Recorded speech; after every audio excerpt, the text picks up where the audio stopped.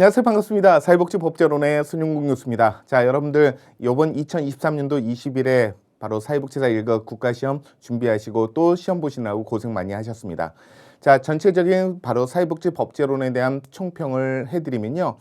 과거에 지금까지 출제가 되었던 부분보다는 출제 영역이 좀 상당히 좀 넓었던 부분들이죠. 그 대표적인 것 중에 하나가 뭐냐면 바로 2021년도 12월에 바로 사회복지사업법이 개정이 되면서 바로 우리가 알고 있는 복지 27법이 있었잖아요. 그 복지 27법에다가 마지막 부분에 대통령령이 정하고 있는 법률이라고 해갖고 4가지가 더 추가가 되었단 말이죠. 그 4가지가 뭐냐? 건강, 북한, 자살, 보조기기, 건강, 북한, 자살, 보조기기, 즉 건강가정기본법, 그 다음 북한 이탈 주민, 그 다음에 또 자살 예방, 그리고 마지막에는 장애인 등의 어떤 보조기기, 편의증진과 보조기기와 관련된 부분들. 그래서 4가지가 추가가 되어서 지금 복지 31법이 되었는데요. 그 중에서도 건강가정기본법에 대한 부분이 이번에 새롭게 또 출제가 되었던 부분이 되겠습니다. 그리고 이제 세부적인 부분에서 이제 고용보험과 관련된 부분에 좀 더 시행규칙 또는 시행령에 대한 부분들이 조금 더 깊이 있는 지역적인 문제가 또 출제가 되기도 했었죠. 그리고 제가 기본 이론과 그다음에 핵심 이론 할 때 이 부분은 꼭 출제가 될 가능성이 있다라는 그런 내용들도 출제가 되었었습니다. 그래서 물론 기본적으로 바로 사회복지법에 대한 발달 과정들도 출제가 매년마다 되고 있고요. 그다음에 두 번째는 바로 우리가 그 헌법 제34조 바로 그 우리는 인간다운 생활할 권리를 갖고 있다라는 부분이었잖아요. 그리고 나서 헌법 제34조 2항에서는 바로 국가는 사회복지 사회보장 증진에 노력할 의무를 진다 이런 부분이 있었고요. 그리고 바로 헌법 제34조 5항에서는 신체 장애자 및 기타 질병을 갖고 있는 사람은 바로 법률이 정한 바에 따라서 바로 이제 국가의 보호를 받는다 이런 부분이 있었죠. 그래서 이렇게 사회복지 사회보장 법률이라는 부분들도 출제가 될 가능성이 있다라고 말씀드렸는데 그 부분이 또 출제가 되었었고요. 그 다음 번째 또 이제 판례, 요번에 꼭 판례 들어갑니다라고 했는데 바로 이제 의족을 하고 계신 분이 경비원으로 일하셨던 분이 미끄러지면서 넘어지면서 의족이 파손이 되었던 거거든요. 그래서 그것에 대해서 바로 산업재해 보상보험으로 이제 요양급여 신청을 했는데 바로 근로복지공단에서 이제 불승인 해버렸던 거잖아요. 그래서 인정 못하겠다 이런 부분이죠. 의족은 하나의 기계 부속품일 뿐인데 그걸 갖고 무슨 요양급이냐 이런 부분이었었어요. 그래서 이제 소송을 들어가게 되었고요. 그래서 행정소송에 따라서 처음에는 이제 기각이 되었던 부분이지만 마지막까지는 대법원까지 가갖고 의족도 하나의 신체 일부다라는 것을 이제 판결받았던 부분이라서 바로 요양급여를 받았던 내용들이었거든요. 그런 부분들도 출제가 되었었죠. 자, 그러면 우리가 이제 전반적인 내용으로 어떤 문제들이 출제되었고 어느 부분에 포인트를 잡아야 되는지 관련된 내용들을 갖고 기출 해설을 해보도록 하겠습니다. 자, 51번은요. 바로 법률에 대한 제정 연도가 빠른 순서대로 옳게 나열한 것은 무엇이냐라는 부분이었었어요. 그래서 항상 제정 연도를 묻는 그런 문제들이 한 번 꼭 출제가 되고 있는 부분들인데요. 특히 사회복지법제론 쪽에서는 우리 한국의 사회복지법에 대한 어떤 제정 연도를 묻는 문제가 출제가 되고요. 앞으로 이제 2024년도에는요. 이제 제정 연도를 묻는 부분들을 이제 연대별로 1960년대, 70년대, 80년대, 90년대, 2000년대 이런 식으로 바로 이제 옳게 짝지어진 것을 찾는 그런 문제가 나올 수 있을 것 같습니다. 자, 우선 국민기초생활보장법. 국민기초생활보장법은 몇 년도에 제정이 되었습니까? 제정 연도를 빠른 순서대로 보는 부분들이잖아요. 그래서 국민기초생활보장법은 1999년도에 제정이 되었죠. 물론 시행은 2000년도부터 시행되었습니다. 자, 산업재해보상보험법은 1963년도죠. 물론 11월에 제정이 되었고 바로 64년도부터 시행이 되었고요. 자, 사회복지사업법은 1970년입니다. 그리고 고용보호법은 1993년도고요. 물론 시행은 1995년도죠. 그래서 고용보호법 하면 딱 떠오르는 게 뭐라 그랬었습니까? 바로 IMF라고 했었죠. 그래서 1997년도 12월에 IMF가 뻥 터졌는데 그때 우리 대한민국 중년 남성분들이 많이 자살도 하고 노숙인으로 많이 전락을 하기도 했었거든요. 그때 고용보험법이 바로 IMF가 되기 이전부터 운영이 되고 있었기 때문에 그나마 그 정도 수준에서 끝났지 만약에 고용보험에서 실업급여, 구직급여를 주지 않았다면 순고르기 못했다면 우리나라의 그 중년 남성분들의 자살률이 더 엄청나게 높았을 거예요. 그때 당시에. 자, 그 다음에 1981년도에 바로 노인복지법이 제정이 되었죠. 그래서 가장 빠른 순서대로 보게 된다면 뭐가 될까요? 바로 1970년, 그죠? 예, 바로 산업재해보상보건법이 제일 먼저겠네요. 1963년도. 그다음에 이제 사회복지사업법, 그죠? 그다음에 노인복지법, 그리고 고용보호법, 그리고 국민기초생활보장법이라서 정답은 바로 3번이 정답이 되겠습니다. 자, 그래서 니은, 디귿, 미음, 리을 기억. 그래서 국민기초생활보장법이 가장 늦고요. 이 부분에서는 그리고 산업재해보상보건법이 가장 빨랐다라는 부분이었었어요.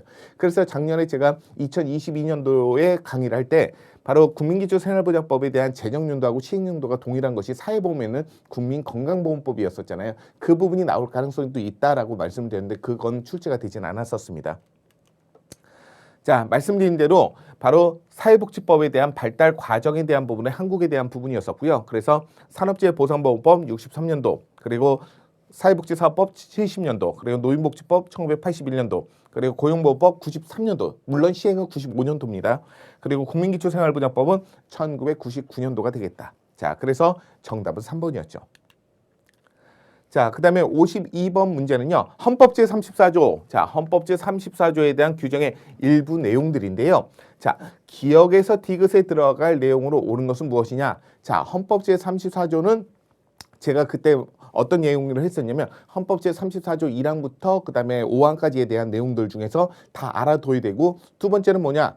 바로 헌법 제34조 1항은 모든 국민은 인간다운 생활할 권리를 갖고 있다라는 부분을, 이 문구를 헌법 제10조에서는 바로 인간은 바로 그 인간에 대한 존엄성을 갖고 있고 행복을 추구할 권리를 갖고 있다, 이런 부분이었거든요. 그걸 슬쩍 바꿔갖고 헌법 제34조에 해당되지 않는 것을 찾는 바로 헌법 제10조의 내용들을 집어넣을 수도 있다라고 말씀을 드렸었고요. 또 두 번째는 뭐냐면 단서 조항을 관련된 부분이죠. 자, 여성, 노인, 청소년은 단서 조항이 없는데 신체 장애자 및 기타 질병을 갖고 있는 사람은 생활 능력이 없거나 생활 유지가 어려운 사람은 국가의 어떤 법률이 정한 바에 따라서 보호를 받는다. 자, 바로 이렇게 생활 능력과 생활 유지가 없는 사람이라는 것을 단서 조항을 갖고 있는 것은 바로 헌법 제34조 5항이었다라고 말씀드렸었고요. 그다음 세 번째는 헌법 제34조에는 이제 대상이 없는 대상이 있죠. 자, 여성도 있죠, 노인도 있죠, 청소년도 있죠, 그다음에 신체 장애자도 있죠. 근데 아동이 없어요. 아동. 그래서 이 아동과 관련된 부분들도 나올 수 있다. 이렇게 해서 바로 헌법 제34조에 대한 부분을 갖고 여러 번 이제 설명을 드렸던 부분들인데, 자, 국가는 사회복지, 사회보장 증진에 노력할 의무를 진다라고 하는 거고요. 신체 장애자 및 질병, 기타 노령의 사유로 인해서 생활 능력이 없는 그런 국민은 어떻게 합니까? 법률이 정한 바에 의해서 국가의 보호를 받는다라는 부분이죠. 그래서 바로 사회보장, 사회복지, 자, 사회보장, 사회복지, 그리고 법률이 정한 바에 의해서라는 부분, 바로 기억이, 자, 1번이 정답이 되는 거죠. 자, 그래서 이런 부분, 헌법 제34조에 대한 부분들도 나왔던 부분들이고요. 다시 한번 또 출제가 된다면 헌법 제34조에 대한 부분에서 아까 말씀드렸던 것처럼 헌법 제10조가 들어가서 헷갈리게 할 수도 있고요. 두 번째는 바로 대상에서 제외가 된 게 아동이라는 부분하고요. 단서 조항을 갖고 있는 것은 바로 신체 장애자 및 질병, 기타 노령에 대한 사유로 인해서 생활 능력이 없는 그런 국민은 법률에 정한 바에 따라서 국가의 보호를 받는다. 이렇게 단서 조항을 갖고 있는 것이잖아요. 자, 그래서 52번은요. 바로 사회복지사업법에 대한 개념, 그리고 발달 과정에서 바로 사회복지법에 대한 이해 부분에 해당되는 부분이고요. 그래서 헌법 제34조는 모든 국민은 인간다운 생활할 권리를 갖고 있다. 자, 이 인간다운 생활할 권리를 갖고 있다라는 이 문구를 바로 헌법 제10조에 있는 모든 국민은 인간으로서의 존엄한 가치를 갖고 있다. 이거를 슬쩍 여기다 집어넣을 수도 있다는 거죠. 인간이라는 그것 때문에 헷갈릴 수 있으니까요. 그리고 헌법 제34조 2항에서는 국가는 사회보장, 사회복지 증진에 노력할 의무를 진다. 그리고 바로 국가는 여자의 복지, 권익 향상을 위해서, 그리고 국가는 노인과 청소년에 대한 복지 향상을 위해서 의무를 진다. 이렇게 되어 있죠. 자, 그리고 바로 헌법 제34조 5항에서는 신체 장애자, 질병, 노령, 기타 사유로 생활 능력이 없는 단서 조항이 있죠. 생활 능력이 없는 그런 국민은 뭐 합니까? 바로 법률이 정한 바에 의해서 국가의 보호를 받는다라고 되어 있죠. 그리고 이제 헌법 제34조 6항에서는 국가는 재해를 예방하고 그 위험으로부터 국민을 보호하기 위해서 노력해야 된다라고 되어 있는 부분들이죠. 그래서 이런 내용들도 눈여겨보셔야 될 필요가 있겠고요. 자, 헌법 제34조는요. 바로 2024년도에도 다시 한번 또 출제가 될 가능성이 있어요. 그것은 헌법 제10조에 있는 내용들, 그거를 슬쩍 집어넣고 말이죠. 그래서 헷갈리게 할 수도 있다는 거죠. 자, 그리고 53번입니다. 53번은요.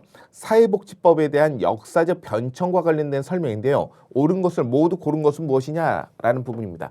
자, 역사적 변천이에요.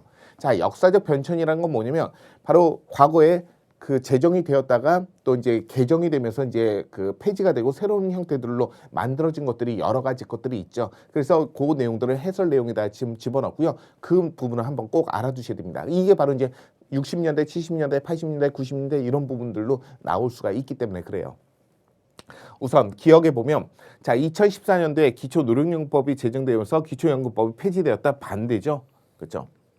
자, 기초노령연금법은 바로 2007년도에 제정이 되었던 부분들이고요. 그러면서 바로 2014년도에 기초연금법이 제정이 되면서 바로 폐지가 되었던 거잖아요. 예. 그리고 니은에 1999년도에 제정된 국민의료보험법은 국민건강보험법이 대체한 것이다 라고 하는데요. 자, 국민의료보험법은 1997년도에 제정이 되었던 부분들이고 이 국민의료보험법이 1999년도에 대체가 되었죠. 그래서 이렇게 되었던 부분들이잖아요. 그래서 지금 현재는 국민의료보험법이 폐지가 되었던 부분들입니다. 자, 그러면서 이때부터 뭘 했었습니까? 바로 이제 행정 통합을 했던 거잖아요. 자, 국민의료보험법을 국민건강보험법으로 바꾼 이유가 뭐예요? 행정 통합을 하기 위한 부분이었었어요. 그래서 바로 그때 이제 특수직역에 있는 그런 공무원, 군인, 사립학교 교직원 이런 분들의 어떤 의료보험 조합과 그 다음에 바로 이제 직장의료보험점 이걸 두 가지를 합쳐서 직장의료보험이라고 하는 직장가입자라는 표현을 쓰게 되었던 거잖아요. 그리고 나서 이제 재정통합을 그 이후에 했죠. 2003년도에 그때는 뭘 했었습니까? 기존에 있었던 직장가입자에 대한 보험료하고 지역가입자에 대한 보험료가 서로 다른 보험료가 아닌 거잖아요. 그래서 두 가지의 보험료를 합치는 역할을 했던 것이 바로 그 재정통합이고요. 그 이후에 2011년도에 바로 이제 징수통합을 했죠. 징수통합은 바로 국민건강보험공단에서 했고요. 국민건강보험공단에서는 바로 고지, 수납, 체납관리라는 이 세 가지 형태들을 했던 거지 운영을 한 것은 아니죠. 예, 징수통합에 대한 부분들만 했습니다. 자, 그래서 바로 1973년도에 국민복지연금법이 있었는데 이때 1973년도에 어떤 일들이 있었습니까? 전 세계적으로 바로 석유파동이라는 것이 발생을 했잖아요. 그러다 보니까 국민복지연금법을 제정을 했는데 실제 시행을 못하다가 1986년도가 되어서 국민연금법으로 전면 개정이 되어서 1988년도부터 시행이 되었던 부분들입니다. 그래서 해당되는 내용들에 맞는 것은 바로 D급밖에 안 되는 거죠. 그래서 53번의 정답은 3번이 정답이 되겠네요. 그죠? 자, 이렇게 바로 사회복지법에 대한 어떤 발달 과정에 대한 부분이 이제 두 문제가 출제가 되었던 내용들이 되겠고요. 자, 정답은 바로 1973년도에 제정된 국민복지연금법이 바로 1986년도에 국민연금법으로 전부 개정되었다라는 부분이고요. 자, 옳지 않았던 기억과 니은에 대한 부분을 새롭게 이제 개정을 하면 자, 바로 2014년도에 기초연금법이 제정이 되었고요. 그 다음에 바로 기초노령연금법이 폐지가 되었다. 이렇게 해야 맞는 표현이 되겠죠. 그 다음 번째, 1999년도에 제정된 국민건강보험법은 바로 국민의료보험법, 즉 1997년도에 국민의료보험법을 대체하기 위해서 국민건강보험법이 제정이 되었다. 이렇게 해야 옳은 표현일 것 같습니다. 자, 그래서 관련된 내용들에 대해서 자, 파고들기에서는 바로 연도별로 폐지가 된 그래서 사회복지법과 신법에 대한 부분들입니다. 왜 그러냐면 아까도 보셨던 것처럼 기초노령연금도 폐지가 되었던 거잖아요. 2007년도에 제정된 것이었지만 그리고 1997년도에 제정된 국민의료보험법도 폐지가 됐는데 이제 문제 안에 지문 안에 들어가기도 하고요. 그다음에 1973년도에 제정되었었던 국민복지연금법도 등장을 하죠. 그러니까 이제는 폐지된 것도 한번 좀 알아두시라는 거예요. 그래서 폐지가 되면서 그것이 어떻게 바뀌었는지 그 내용들을 차근차근히 한번 설명을 드려보도록 할게요. 자, 1960년대입니다. 1960년대는요. 바로 아동 복리법이라는 것이 있었어요. 그리고 생활보호법도 있었죠. 우리가 잘 알고 있는. 그리고 그때 당시에는 사회보장에 관한 법률이라는 부분이 있었습니다. 사회보장에 관한 법률이 뭘로 바뀌었습니까? 바로 사회보장기본법으로 바뀌게 된 거고요. 바로 생활보호법은 국민기초생활보장법으로 바뀌게 되었죠. 아동복리법은 아동복지법으로 바뀌게 되었고요. 그리고 이제 의료보험법. 자, 1963년도 12월 한 달 차이로 두 번째 우리나라의 사회보험법이 된 바로 의료보험법인데요. 자, 이 의료보험법이 바로 1997년도죠. 자, 1997년도에 바로 국민의료보험법으로 이제 개정이 되었습니다. 그래서 기존에 있었던 의료보험법이 명칭은 국민의료보험법으로 개정이 되었지만 폐지가 되었던 거죠. 왜 그랬습니까? 바로 국민건강보험법 때문에 폐지가 되었던 내용이기도 하죠. 그래서 1960년대 대표적인 것은 바로 사회보장에 관한 법률을 꼭 알아두시고요. 그리고 생활보호법도 1960년대는 있었던 부분들이었어요. 그래서 요 두 가지 정도는 꼭 알고 넘어가셨으면 좋겠습니다. 자, 그 다음 번째는 1970년대가 되겠습니다. 1970년대는 바로 사립학교 교원연금법이라는 것이 1973년도에 있었는데요. 자, 이 사립학교 교원연금법이 2005년도에 사립학교 교직원연금법으로 전면 개정이 돼요. 자, 당시에는 1973년도에 바로 사립학교 교원연금법은 바로 교사들만, 학교에서 학생들을 가리키는 교사들만 연금의 혜택을 받던 부분들인데, 학교 안에는 교사들도 있지만 행정 업무를 보시는 분들도 있잖아요. 왜 행정 업무를 보는 사람들은 왜 연금의 혜택을 못 주냐, 이런 불만의 소리가 되게 많았고요. 불공정하다, 불평등하다, 뭐 이런 부분들 때문에 2005년도가 되어서 바로 교사와 직원도 함께 다 연금의 혜택을 볼 수 있도록 전면 개정이 되었고요. 그리고 좀 전에 우리 시험에서 나왔던 바로 국민복지연금법이잖아요. 자, 국민복지연금법은 1973년인데 1973년대 1차 석유파동, 오일 쇼크가 일어났던 부분이라서 시행을 못했던 거예요. 한 번도 경험해보지 않았던 그런 부분들이다 보니까 어떻게 상황 변화가 일어날지 몰라서 제정을 해놓고 시행을 못했던 부분이죠. 자, 그러다가 바로 1986년도에 국민연금법으로 전면 개정을 했고요. 그러고 나서 1988년도부터 바로 국민연금이 시행이 됩니다. 자, 그 다음에 의료보호가 있겠죠. 자, 의료보호는요, 1977년도가 되는데요. 우리가 이제 생활보호법, 공공부조법에서는 이제 생활보호법이 있잖아요. 그 생활보호법과 함께 또 이렇게 힘들게 사시는 분들이 또 많이 아파요. 아프다 보니까 또 병원에 가야 되는데 병원에 갈 수 있는 돈이 없으니까 병을 계속 키우게 되는 문제가 생긴 거죠. 그래서 1977년도에 이렇게 생활 능력이 없거나 생활 유지가 어려운, 즉 지불 능력, 구매 능력이 없는 분들을 대상으로 해서 바로 국가가 재원으로 바로 이렇게 취약계층 분들을 의료 서비스를 받을 수 있도록 해주는 의료보호가 있었고요. 근데 그때 당시에는 의료보호라는 용어를 썼었어요. 그러다가 생활보호법이 1999년도에 국민기초생활보장법으로 전면 개정이 되었잖아요. 그러면서 기존에 있었던 의료보호도 의료급여라는 형태들로 하나의 권리성을 이제 강조하게 되었던 거죠. 그래서 2001년도에 의료급여법으로 이제 전면 개정이 됩니다. 자, 그래서 여기서 꼭 알아두셔야 될 것은 바로 국민복지연금법. 자, 국민복지연금법이 국민연금법, 그리고 의료보호법. 자, 의료보호법이 의료급여법으로 바뀌었다는 거 꼭 알아두셔야 됩니다. 자, 그 다음에 1980년대가 되겠죠. 자, 1980년대는요, 바로 대표적으로 1981년도에 세 가지가 동시에 제정이 됩니다. 아동복지법, 노인복지법, 그리고 심신장애자복지법이라는 세 가지가 1981년도에 만들어지게 되었는데요. 이때 심신장애자복지법은 물론 노인복지법이나 아동복지법도 일본법 그대로 베껴서 이제 번역만 했던 부분들이기도 해요. 자, 심신장애자복지법의 이 장애자의 자자가 지금은 사람 자자라고 하는데 당시에는 놈자자, 좀 바로 인간을 평가절하하는 이런 부분으로 이제 놈자자를 썼던 부분이었죠. 지금은 이제 사람 자자라고 하지만, 그래서 1980년대 초반에 이 장애인 단체나 장애인 당사자나 또는 장애인과 관련된 분들이 자, 사람 자자를 사람 인자를 써달라고 이렇게 얘기를 했던 거예요. 놈자자가 아니라 사람 인자로. 그래서 1989년도에 바로 장애인 복지법으로 전면 개정이 되었고요. 자, 1989년도에 장애인 복지법으로 전면 개정이 되면서 5가지 장애 유형으로 처음 시작합니다. 물론 지금 현재 장애 유형은 15가지가 있지만 처음 1989년도에 바로 5가지로 처음 시작을 하죠. 첫 번째는 뭐냐면 지체장애입니다. 지체장애. 자, 두 번째는 바로 언어장애. 그 다음에 세 번째는 바로 청각장애. 그 다음에 네 번째는 바로 시각장애. 그리고 마지막 5번째는 정신지체장애라고 얘기를 합니다. 물론 지금은 정신지체라는 용어는 쓰지 않습니다. 뭐라고 하냐면 지적장애라고 하는데요. 그때 당시에는 이 5가지 장애 유형으로 처음 시작을 했다라는 거죠. 그러고 나서 이제 계속 변천이 되면서 바로 지체장애 안에서 바로 이제 뇌병변 장애가 이제 별도로 분리가 되었죠. 예. 그리고 이제 지체장애를 우리가 이제 여기서 지적장애라고 명칭이 바뀌고 그다음에 자폐성 장애라는 것도 이제 나오게 됩니다. 자, 그다음에 이제 모자복지법입니다. 자, 모자복지법은 1989년도인데요.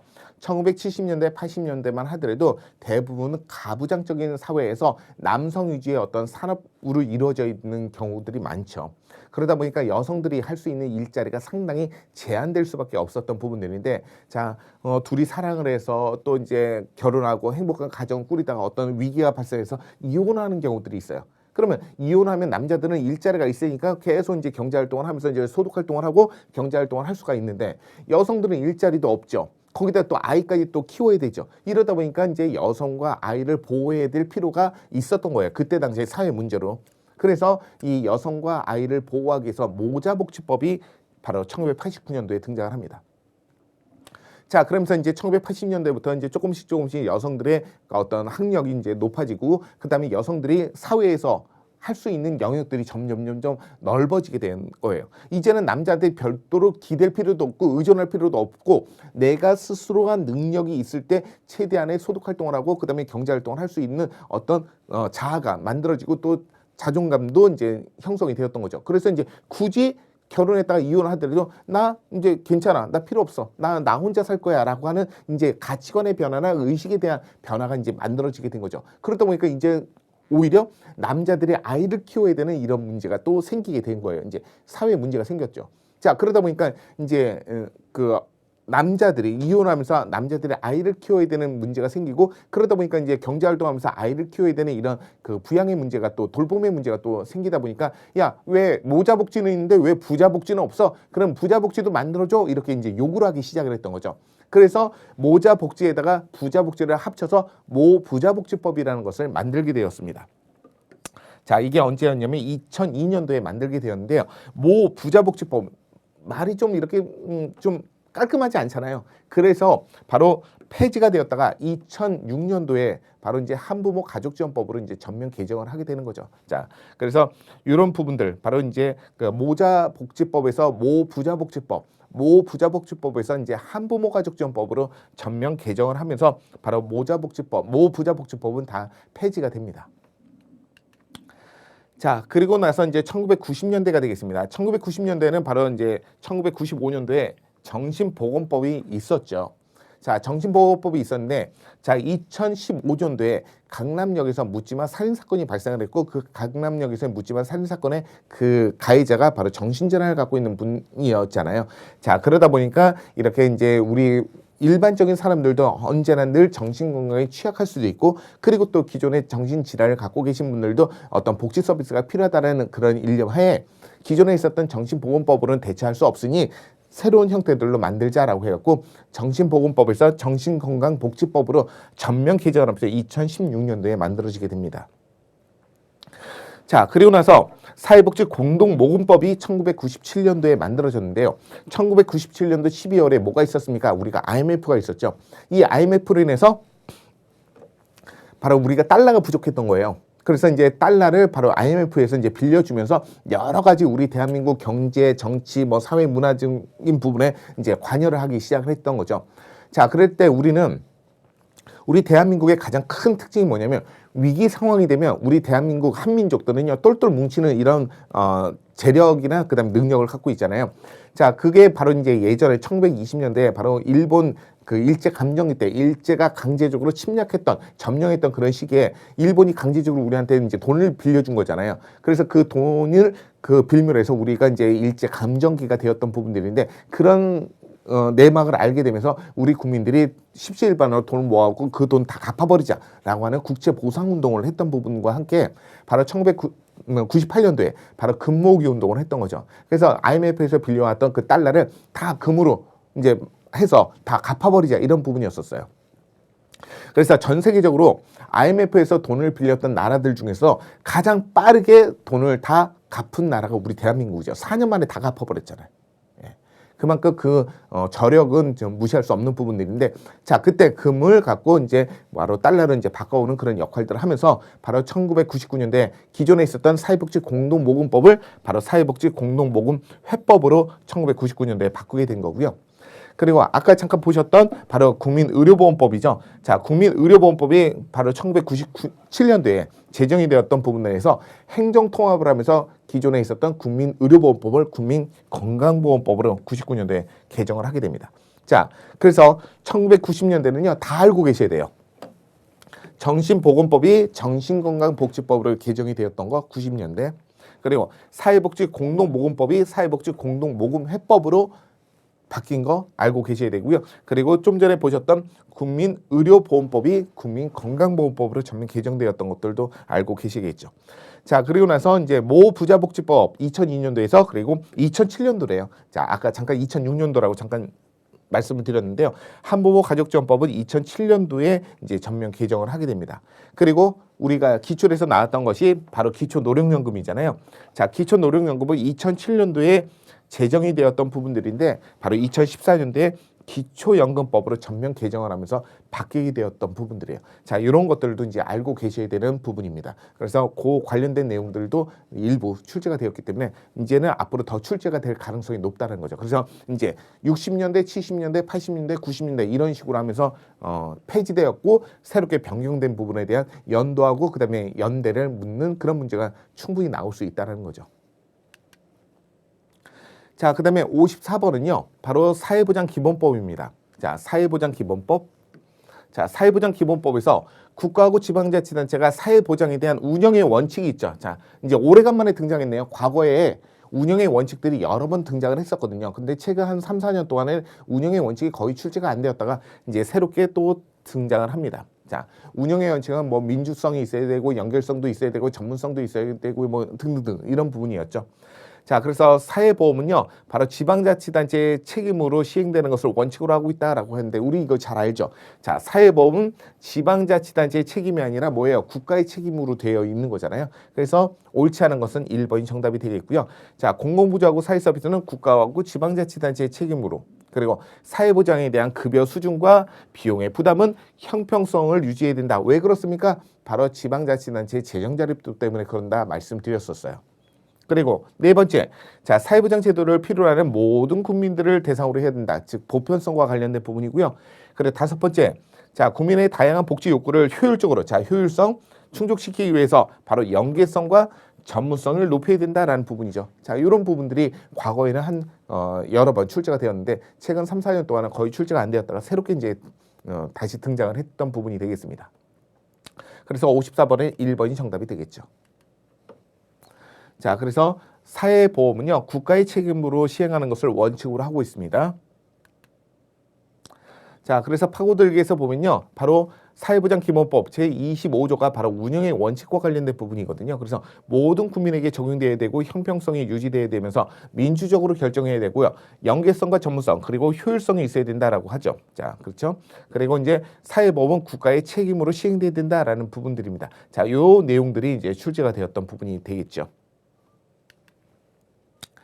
자, 그리고 55번 문제는요, 사회보장기본법 그 중에서도 바로 사회보장 수급권에 대한 부분들이 되겠습니다. 자, 사회보장 수급권에 대해서 옳지 않은 것을 찾는 문제가 되겠죠.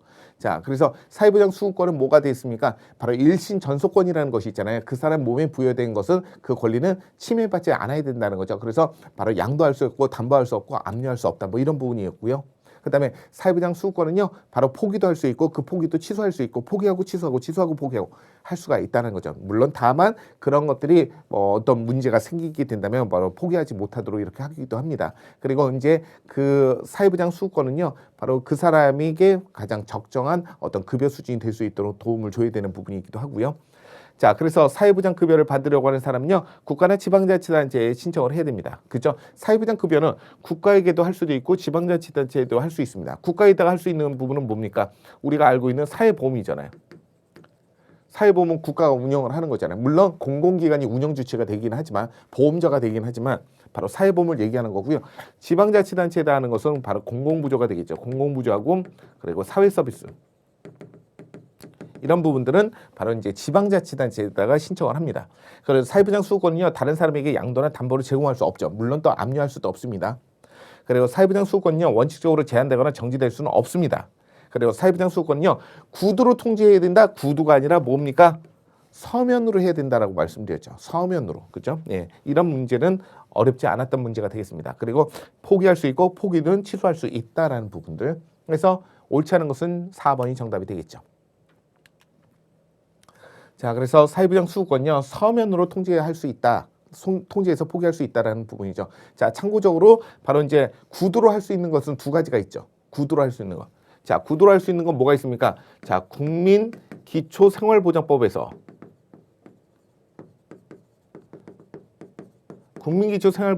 이의 신청할 때 이의 신청 시에는 구두로도 가능하고요. 그 다음에 또 하나가 뭐 있습니까? 또 하나가 긴급복지지원법이죠. 긴급복지지원법. 자, 긴급복지지원법에는 뭐가 있습니까? 바로 요구할 때, 자, 요구할 때, 지원 요청할 때, 지원 요청 시.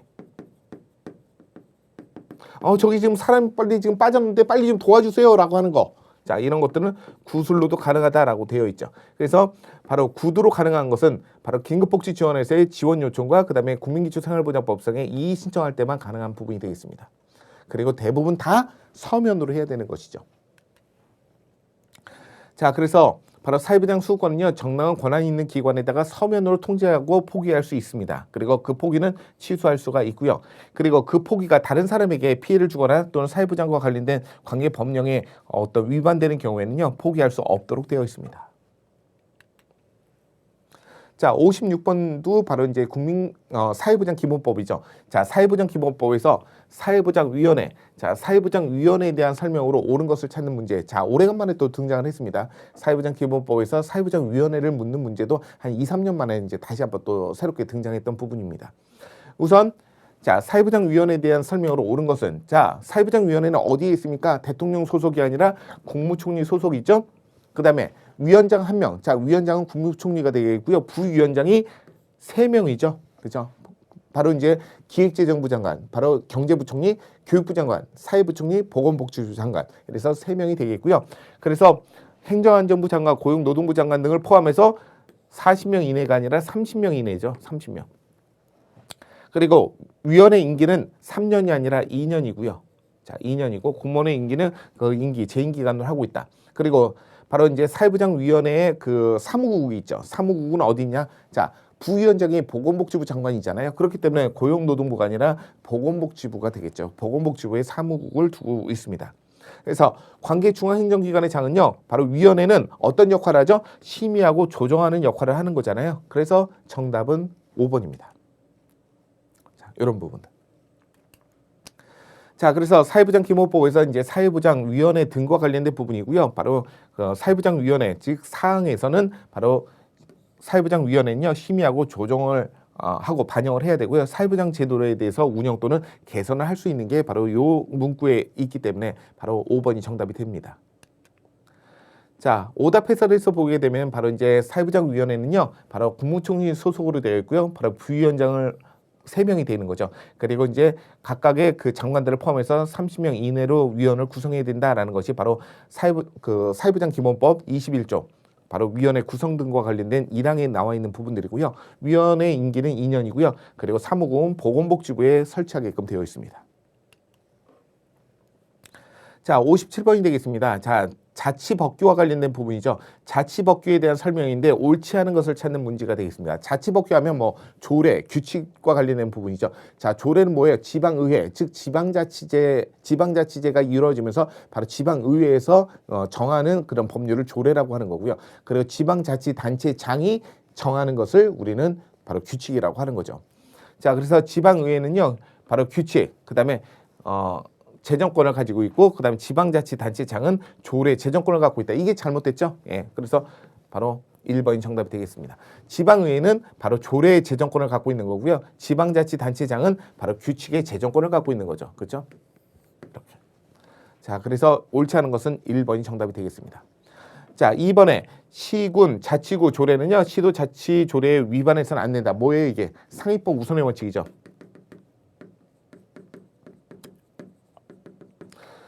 시군구보다는 시도가 상위 기관이잖아요. 그래서 바로 상위인 시도 조례에 위반해서는 안 됩니다. 그리고 사회복지 시설에 대해서 설치, 운영, 관리는요. 주민들의 복지 증진과 그다음에 관련된 지방자치단체 사무이다라는 부분들 맞죠? 예. 그리고 지방자치단체는요. 법령의 범위 안에서 자 여기서 말하는 법령이라는 것은 뭐라 그랬었어요? 법률과 그다음에 명령을 얘기하는 거죠. 자. 법률과 명령을 합친 것을 우리는 법령이라고 하는 거죠. 자, 법령에서 명령은 바로 다시 한번 시행령과 시행규칙으로 규정되어 있습니다. 이 두 가지를 다 포함한 것을 우리는 명령이라고 하는 거죠. 그래서 지방자치단체는 법령의 범위 안에서 자치와 관련된 규정을 제정해야 된다라는 부분이죠. 여기서 말하는 지방자치단체는 우리가 바로 이제 지방의회를 얘기하는 겁니다. 자, 그리고 주민들은요, 지방자치단체의 어떤 조례를 정하는 경우에 청구해야 된다라는 부분이죠. 그래서 이렇게 규정되어 있습니다. 그래서 57번에는 1번이 정답이 되겠죠. 자, 그래서 지방의회는요, 조례의 제정권을 갖게 되는 거고요. 지방자치단체장은 바로 규칙의 제정권을 갖고 있습니다. 자, 관련된 내용은요, 바로 지방자치법에 규정되어 있거든요. 자, 지방자치법 제28조에서는 조례와 관련된 부분인데, 자, 조례는 지방자치단체는, 여기서 말하는 지방자치단체는 지방의회를 얘기합니다. 법령의 범위 안에서 바로 그 사무와 관련된 조례를 제정할 수 있다. 바로 조례 제정권과 관련된 부분이고요. 29조는 규칙과 관련된 부분인데, 지방자치단체의 장은 법령 또는 조례의 범위 안에서 그 권한에 속하고 있는 사무에 대한 규칙을 제정할 수 있다. 그래서 바로 조례가 규칙보다 상위에 있다. 이렇게 보면 되겠죠. 자, 그 다음에 58번 되겠습니다. 58번은요. 바로 사회보장 급여 이용 제공 및 수급권자 발굴에 관한 법률, 우리가 일명 사회보장 급여법이라고 얘기합니다. 자, 그래서 그 사회보장 급여법에 대한 내용인데요. 옳은 것을 찾는 문제가 되겠습니다. 옳은 것. 우리가 이런 문제는 좀 쉬웠던 문제가 되겠습니다. 그래서 시장, 군수, 구청장은요, 바로 중앙생활보장위원회를 둡니까? 아니죠. 뭐예요? 지역사회 보장협의체를 두는 거죠. 자, 그리고 두 번째, 보건복지부 장관은 사회보장 급여에 대해서 부정수급 실태조사를 3년마다 실시하고 그 결과를 공개해야 된다. 자, 3년마다 해야 된다. 자, 그래서 저한테 이제 공부하시면서 학습 질문을 여러 번 올리신 분들 중에, 자, 이 문제는 이제 정확히 이제 아셨을 거예요. 지금 모든 사람들 보니까 어떤데 뭐 복지 뭐 사회복지사 뭐 카페가 있는데 거기서는 모든 것들은 다 이제 그 계획 기본 계획은 5년이고 그다음에 실태조사는 무조건 다 3년이라고 얘기하는데 실태조사가 3년짜리가 아닌 것도 있잖아요. 5년짜리도 있잖아요. 뭐 이런 부분 말씀드렸잖아요. 그래서 이제 설명을 막 했었는데 자, 실태조사는 무조건 3년이라고 보시면 돼요. 그런데 5년짜리 3개 있죠. 5년짜리 3개. 자, 노숙인, 자살, 그다음에 뭐예요? 정신. 노숙인, 자살, 정신. 우리가 아동 종합 실태조사가 원래는 5년이었었지만 이제는 3년이기 때문에 이제 해당되지 않고요. 자, 그래서 부정수급 실태조사는 3년이다. 이 부분이 맞습니다. 그래서 2번이 정답이 되겠고요. 그 다음에 3번에 자, 수급권자. 자, 수급자하고 수급권자에 대한 차이 뭐 이런 말씀 여러 번 드렸었어요. 수급자는 현재 지금 급여를 받고 있는 사람이 수급자. 수급권자는 급여를 받을 자격, 급여를 받을 권리를 갖고 있는 사람을 수급권자라고 하는 거죠. 그런데 뭐라고 했었습니까? 수급권자란 사회보장 급여를 제공하는 국가기관과 지방자치단체는 아니죠. 그죠? 네. 급여를 받을 권리, 자격을 갖고 있는 사람을 우리는 수급권자라고 합니다. 자, 그리고 보장기관의 업무 담당자는요, 지원 대상자가 바로 심신미약 등에 대한 대통령령이 정하는 경우에 해당하면 바로 지원 대상자의 동의 하에서만 직권으로 사회보장 급여에 대한 제공을 신청할 수 있다라고 하는데요. 자, 지원 대상자가 심신미약이에요. 그러니까 의사결정이나 이런 것들을 판단하기가 어려우신 분들이라는 거죠.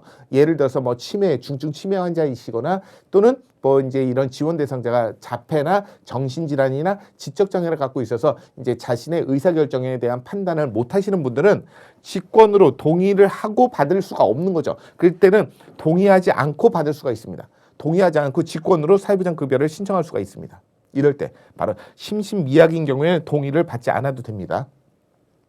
그리고 사회보장 보장기관의 장은요, 바로 지원 대상자에 대한 발굴 체계를 운영에 대한 실태를 3년마다 점검하고 그 다음에 개선 방안들을 마련해야 된다라고 하는데, 딱 여기 실태 들어가니까 이거 실태 조사니까 3년 이거 맞겠네. 자, 여기서 말하는 건요, 사회보장 급여 이용 제공 및 수급권자 발굴에 관한 법률에서의 실태 조사는 딱 하나밖에 없어요. 뭐예요? 부정수급 실태 조사 딱 하나밖에 없는 거고요. 바로 관련된 법률에서 실태조사를 두 가지를 따지고 있는 건 딱 하나밖에 없습니다. 뭐냐면 아동복지법. 아동복지법만 실태조사가 두 가지고요. 나머지 다 하나밖에 없어요. 그래서 부정수급 실태조사는 3년이다라는 부분이고요. 여기서 말하는 발굴체계에 대한 운영에 대한 실태는 매년 하는 겁니다. 매년. 그래서 바로 58번에는 옳은 것은 2번이 정답이 되는 거죠. 자, 그래서 바로 이제 그 사회부장에 대한 그 부정수급에 대한 실태조사를 3년마다 실시한다라는 내용은요, 사회부장급여법 바로 제 19조 2에 해당되는 부분에 나와 있는 내용들이고요. 그리고 오답 해설에서 보면 시장군수 구청장은요, 지역사회 보장 협의체를 둬야 되고요. 그리고 수급권자라는 것은 바로 사회부장 급여를 제공받을 권리를 갖고 있는 사람입니다. 그리고 사회부장 업무 담당자, 우리가 이제 사회부장 기관의 보장기관의 업무 담당자는요, 지원 대상자에 대한 심신 미약 등의 대통령 영이 정하는 경우에 해당을 하면 지원 대상자의 동의 없이도 바로 직권으로 신청을 할 수가 있다는 얘기예요. 그리고 보장기관의 장은요, 지원 대상자에 대한 발굴 체계를 운영 실태는 매년 점검을 해야 된다는 거죠. 매년 점검을 해야 된다. 그래서 바로 58번에는 바로 2번이 정답이 된 겁니다. 자, 59번. 59번은 바로 사회복지사업법입니다. 자, 사회복지사업법에서 바로 사회복지 서비스 제공의 원칙과 관련된 부분이죠. 자, 옳지 않은 것을 찾는 문제가 되겠습니다. 물론 우리 교재에도 다 나와 있는 내용들이고요. 자, 사회복지사업법에서 서비스에 대한 그 제공의 원칙은요, 현물로 제공해 주는 것을 원칙으로 하고 있습니다. 맞죠? 자, 옳지 않은 것을 찾는 거니까요.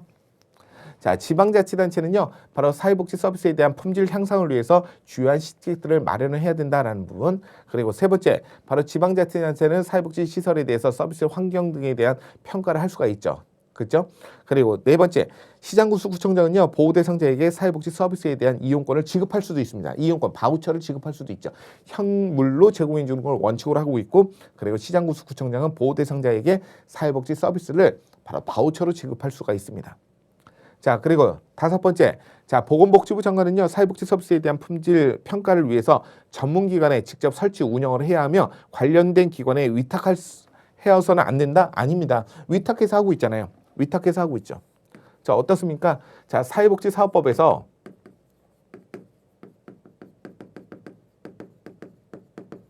(1997년도에) 바로 시설평가를 할 수 있도록 법제화가 되었고요. 법제화. 그리고 나서 1999년도에 바로 시설평가가 시행이 되었죠. 시행.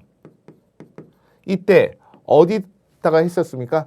첫 번째는 바로 보건사회연구원. 보건사회연구원이 평가 위탁기관이 되어서 운영이 되었고요.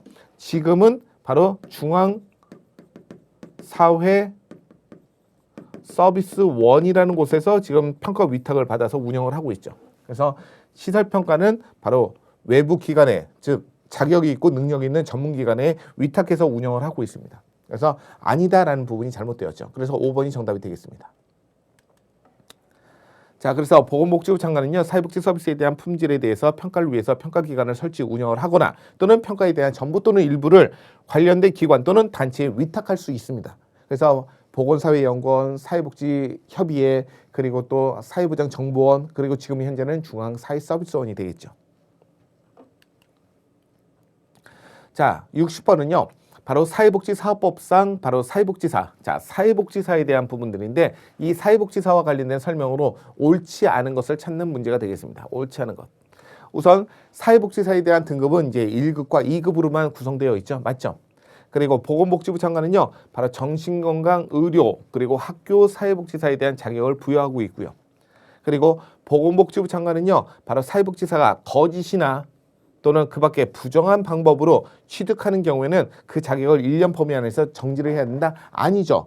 자, 이렇게 결격 사유에 대한 부분에서 거짓이나 부정한 방법으로 취득한 자격은 반드시 취소하게끔 되어 있잖아요. 그 부분 출제가 되었죠. 자, 이거 출제된다고 했었잖아요. 그죠? 그래서 바로 거짓이나 부정한 방법으로 했을 때는 정지 없이 그냥 무조건 취소라는 거예요. 정지 없어요. 무조건 취소. 그래서 이 부분이 잘못돼서 3번이 정답이 되겠고요. 그리고 4번에 자, 사회복지법인에 종사하고 있는 사회복지사는요, 정기적으로 보수교육을 받게끔 되어 있습니다. 그래서 저도 사회복지사 자격증을 갖고 있지만 저는 보수교육을 안 받아요. 왜? 사회복지와 관련된 기관에 종사하고 있는 사람이 아니기 때문에. 우리 또 선생님들 중에서도 사회복지사 자격증을 갖고 있지만 사회복지기관에 또 시설에 근무하시는 분이 아니시잖아요. 사회복지사로서 근무하시는 건 아니잖아요. 그런 경우에는 보수교육을 받을 필요는 없어요. 그런데 반대로 얘기한다면 사회복지사로서 사회복지와 관련된 기관이나 시설에 근무하고 계신다면 1년에 한 번씩 연 8시간의 보수교육을 받게끔 되어 있습니다. 그리고 다섯 번째, 자신의 어떤 사회복지사 자격증은 타인에게 빌려줘서는 안 되는 거죠. 그죠? 예, 이런 부분이 있습니다. 자, 그래서 보건복지부 장관은요, 사회복지사가 바로 거짓이나 그 밖에 부정한 방법으로 자격증을 취득했을 경우에는요, 그 자격을 당연히 취소하여야 한다. 하여야 한다. 뭐예요? 강행 규정이죠. 마땅히 취소를 시켜야 된다. 이런 얘기입니다. 그래서 사회복지사법 제11조 3에 대한 부분에 자격 취소와 관련된 부분이 나와 있었습니다.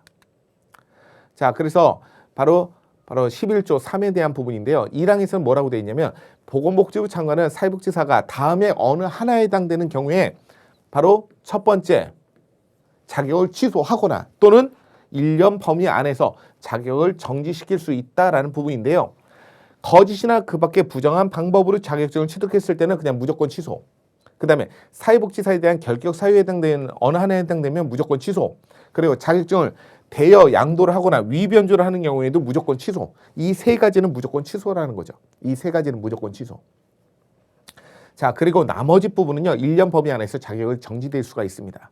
그래서 바로 업무 중에 바로 자격증과 관련돼서 고의나 중대한 과실로 다른 사람에게 손해를 입히게 되는 경우에, 그리고 바로 자격정지 처분 후에 3회 이상의 경고를 받고 정지기간 종료 후에 3년이 지나지 아니해서 다시 자격정지에 대한 처분을 받았을 때, 또는 자격정지 처분에 대한 기간 중에 바로 자격증을 사용했을 경우에 이런 부분은 다시 1년 범위 안에서 자격정지를 하고 그 다음에 이제 취소를 시키는 거죠. 자격정지 없이 취소시키는 건 아까 그 세 가지밖에 없습니다. 결격 사유, 그다음에 거짓이나 부정한 방법, 대여, 위변조 이런 부분 요 세 가지만 바로 반드시 취소고요. 나머지는 정지 이후의 여부에 따라서 자격을 취소하게 되는 거죠. 그래서 11조 3에 대한 부분에서 3항에서는요. 바로 취소된 사람은요. 취소된 날로부터 15일 이내 바로 보건복지부 장관에게 반납을 해야 됩니다. 그리고 취소된 사람은요. 취소된 날로부터 2년이 지나지 아니하면 자격증을 재교부받을 수 없습니다. 자, 여기까지도 이제 알고 계셔야 될 것 같습니다. 자, 61번 문제가 되겠습니다.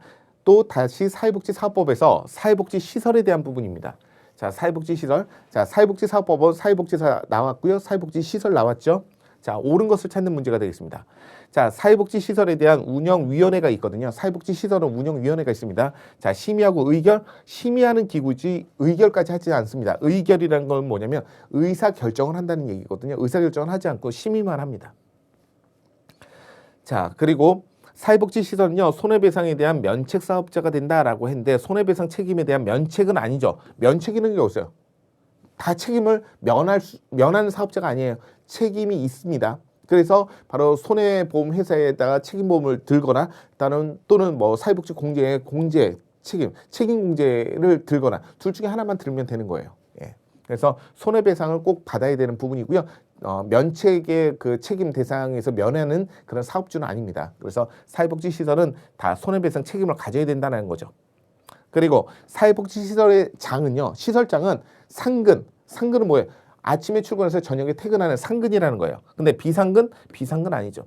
들어왔다 나갔다 자기 마음대로 없을 때도 많고 있을 때는 가끔 왔다 갔다 하고 이런 것을 비상근이라고 하는 거고, 상근은 1년 365일 주 5일 근무를 하면서 계속 9시 출근 6시 퇴근은 상근해야 된다는 얘기죠.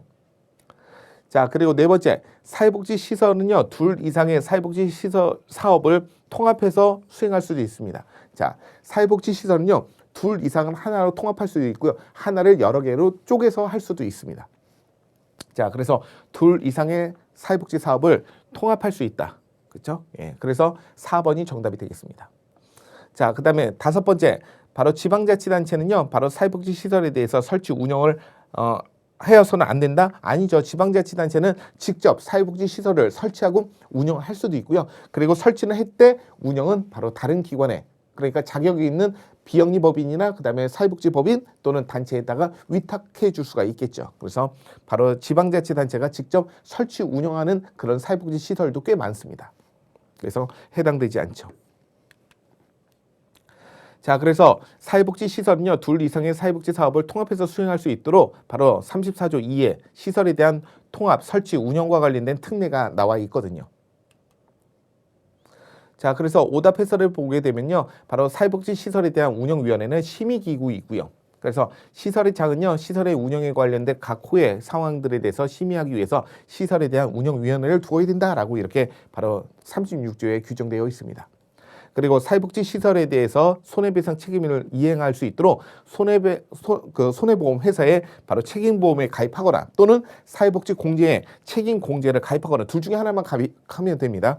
그렇게 해야 되기 때문에 명책 사업자는 해당되지 않는 거죠. 바로 이제 34조 3회에 나와 있는 보험가입 의무와 관련된 내용이 되어 있습니다. 그래서 면책 사업자는 아닙니다. 또한 3번에서는 사회복지시설의 장은요, 상근해야 된다. 바로 35조, 바로 1항에 나와 있는 부분들이고요. 국가나 지방자치단체는 바로 사회복지시설을 설치, 운영을 할 수 있습니다. 예, 설치는 했는데 바로 운영은 위탁을 줄 수도 있고요. 네, 이렇게 되어 있습니다. 그래서 34조, 바로 사회복지시설에 대한 설치와 관련된 내용에 규정되어 있습니다.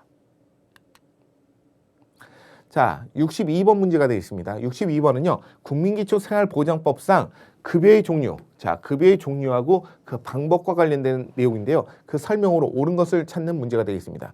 우선 부양 의무자가 병역법에 따라서 징집되거나 소집되는 경우에는 부양 능력이 없는 것으로 보는 거죠. 왜? 자신의 몸을 통제할 수가 없잖아요. 왜? 국방의 의무를 하고 있기 때문에. 그래서 부양 능력이 없는 것으로 봅니다. 자, 그 다음에 두 번째, 보장기관은요, 차상위자의 어떤 가구별 생활 여건들을 고려해서 예산 범위 안에서 급여에 대한 전부 또는 일부를 실시할 수 있다. 자, 요 부분은 어떻습니까? 자, 요 부분이 맞죠. 그죠? 그리고 세 번째, 생계급여에 대한 선정 기준은요, 기준 중위소득에 이건 너무 쉬웠죠. 바로 100분의 50이 아니라 30이죠. 30 이상으로 해야 된다.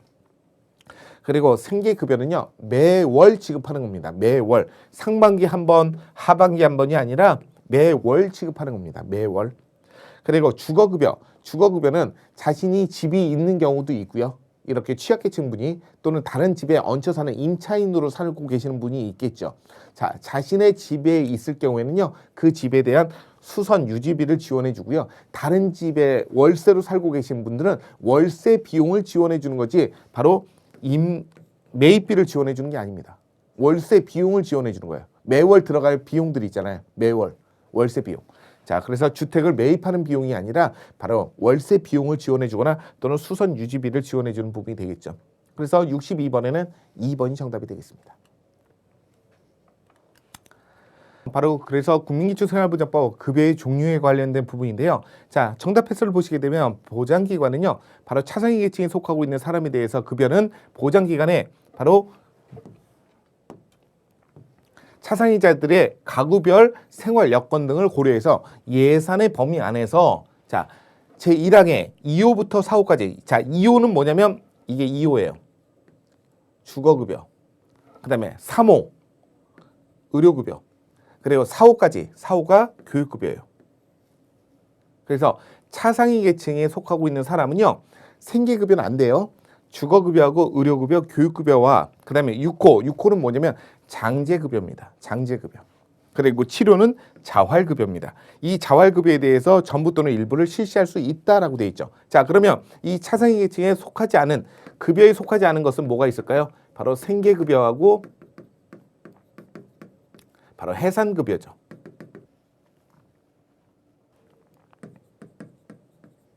자, 생계급여하고 해산급여가 바로 이제 차상위 계층에게 속하지 않는 급여 형태고요. 2호부터 4호인 주거급여, 의료급여, 교육급여, 6호인 장제급여, 7호인 자활급여, 이런 부분들이 바로 해당되는 부분이 되겠죠. 그래서 급여의 종류도 이런 부분이 있으니까요. 해당되지 않는 생계급여하고 해산급여, 이런 부분들도 참고적으로 알아두셨으면 좋겠습니다. 자, 그래서 오답 해설을 보게 되면요, 바로 부양 의무자에 대한 병역법에 따라서 징집되거나 소집되는 경우에는 바로 부양을 받을 수가 없다라는 부분이죠. 그래서 요 내용들이 있고요. 그 다음 번째는 바로 생계급여에 대한 산정 기준. 자, 산정 기준은요, 이 정도 이상 줘야 된다라는 부분이고, 실제 주는 사람은 30% 이내로 주는 거잖아요. 그래서 30% 이상으로 기준을 설정할 수가 있고요. 그리고 주는 것은 30% 이내로 주는 겁니다. 자, 그래서 어떨 때는 30% 이상이다, 어떨 때는 30% 이내다, 뭐 이런 부분에 헷갈린다라고 하는데, 선정되는 그 기준, 이것을 바로 생계급여를 줄 수 있는 그 기준은 30% 이상으로 설정을 하는데 실제 주는 수급자분은 30% 이내에 해당되신 분들한테만 준다는 얘기예요.